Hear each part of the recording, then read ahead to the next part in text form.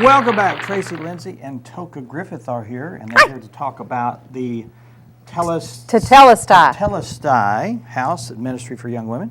Let's tell us about it. You were here earlier in the year. Yes, I was. Before we opened, I was here. And let me tell you, Tetelestai is the last words Jesus spoke on the cross. You can find them in John chapter 19, verse 30. It means it is finished. So we opened a ministry house for women coming out of jail and prison so that they can know that old way of life can be finished. To give them a new start. You bet. Help them get on their feet and help them get started in a new way of life to follow Christ. And this is for women that have just gotten out of prison. Yes. No other, doesn't classify other women at all, just those people. It's a prison, it's a post-prison ministry, I guess. Yes, sort of a re-entry. Prison or jail. Okay, yeah, okay. It's good to get them coming out of jail before they ever get to prison. You know, you have a chance to turn their life around a little bit for whatever earlier. reason, made a mistake or have made several mistakes. We need to help them try to find a way to turn around and go the opposite. And that's what you guys do. Absolutely. And tell us how that works in a way. Well, they come out of jail or prison and they come to us. They'll fill out an application and we present it to a board of directors and then they vote in a resident. We house 4 women up to 1 year. And the first 30 days is pretty much in-house. They are daily in Bible study, church twice a week. And then after 30 days, we require them to start seeking employment or enroll in school.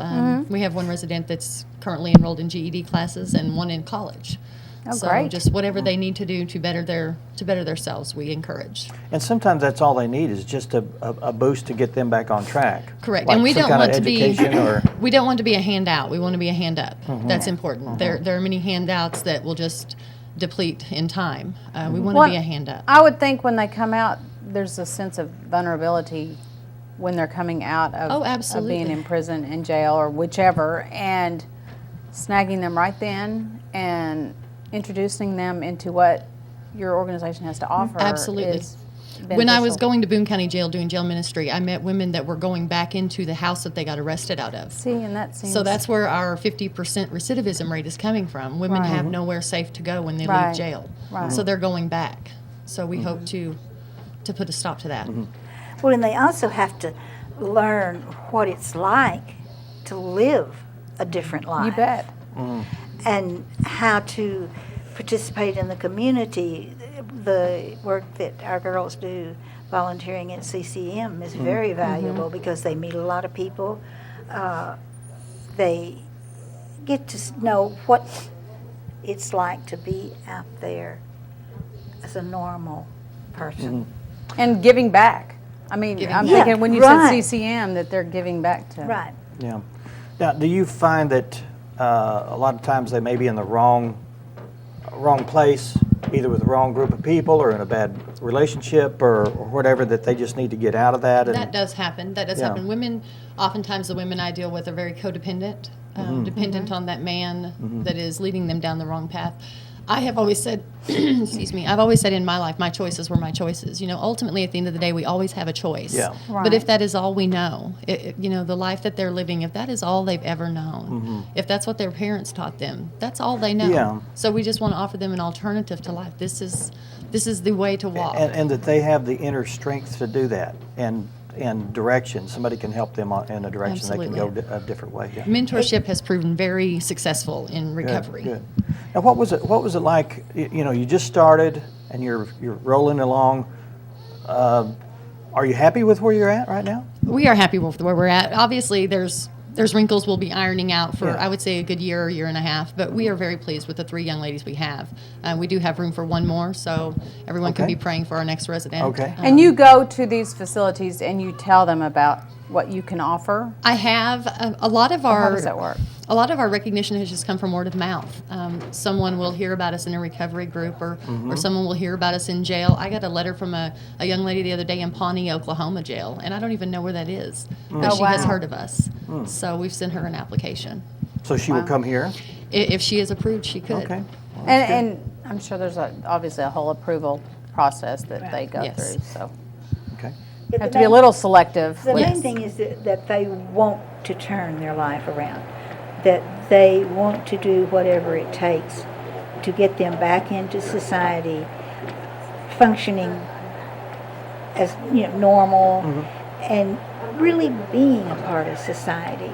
And it is amazing when the ladies go somewhere with us, or when Tracy goes to speak, and they go along, they're accepted. 9 times out of 10, unless we say to the people there that they're a resident, the people don't even know. Yeah. The people don't. One of our volunteers made a statement that I thought is so true. She said, before I came here and worked with these girls, I thought that they were going to be totally different. I thought that they just were really going to be rough and tough and all of this. And she says, they're just like you or me. Sure. We put a judgment on them that's Right. really unfair. Right. And for them not to be recognized as what they're coming from is probably very, very important. Absolutely. And to come out of jail or prison, it's very overwhelming. Life can be very overwhelming. You have fines, you have fees, you have a probation officer, you have to get a job, you don't have a car, you don't have a home. So we just want to help alleviate some of those stresses Sure. that can drive them back to the life that they knew. Now, what can the community do? You can check out our website at www.tetelestaihouse.org. On there we have a link that you can click to donate. Obviously, we need monetary donations to operate. We are fully funded from individual donations, church donations, grants, or anything like that. Our needs are listed on there daily. They change. Currently, we need a vacuum cleaner. Ours has bit the dust. But you can see our needs on our website and check out our website. My full testimony is on our website. You can click on the link to hear that. And again, the website? Say it again. www.tetelestaihouse.org. Okay. And if you want to know how to spell Tetelestai, it's at the very end of the program. You can get that information there. Yes. It's as far as the community goes, the community really should be pitching in and helping, because what is happening at Tetelestai is that these ladies, when they go back into society, then they're not a drain on society anymore. Right. The average cost of an inmate in the ADC today is $25,000 a year.